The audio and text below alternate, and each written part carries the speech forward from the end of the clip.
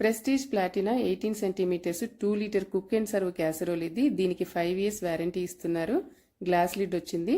ఈ బౌల్కి heat resistant soft touch handles ఇచ్చారు. ఈ బౌల్కి అడుగున జాయింట్ వచ్చింది, అలాగే ఫ్లాట్ బేస్ వచ్చింది. ఫ్లాట్ బేస్ వల్ల హీట్ అనేది ఈవెన్గా డిస్ట్రిబ్యూట్ అవుతుంది. నార్మల్ గ్యాస్ స్టవ్తో పాటు ఇండక్షన్ స్టవ్ మీద కూడా వాడుకోవచ్చు. ఈ లిడ్కి కూడా హీట్ రెసిస్టెంట్ నాబ్ ఇచ్చారు. దీని ఎంఆర్పి వచ్చేసి 1350 రూపీస్. ఇది డిఫరెంట్ సైజెస్లో అవైలబుల్గా ఉంది. ఇప్పుడు దీంట్లో రైస్ ఎలా కుక్ అవుతుందో చూద్దాము.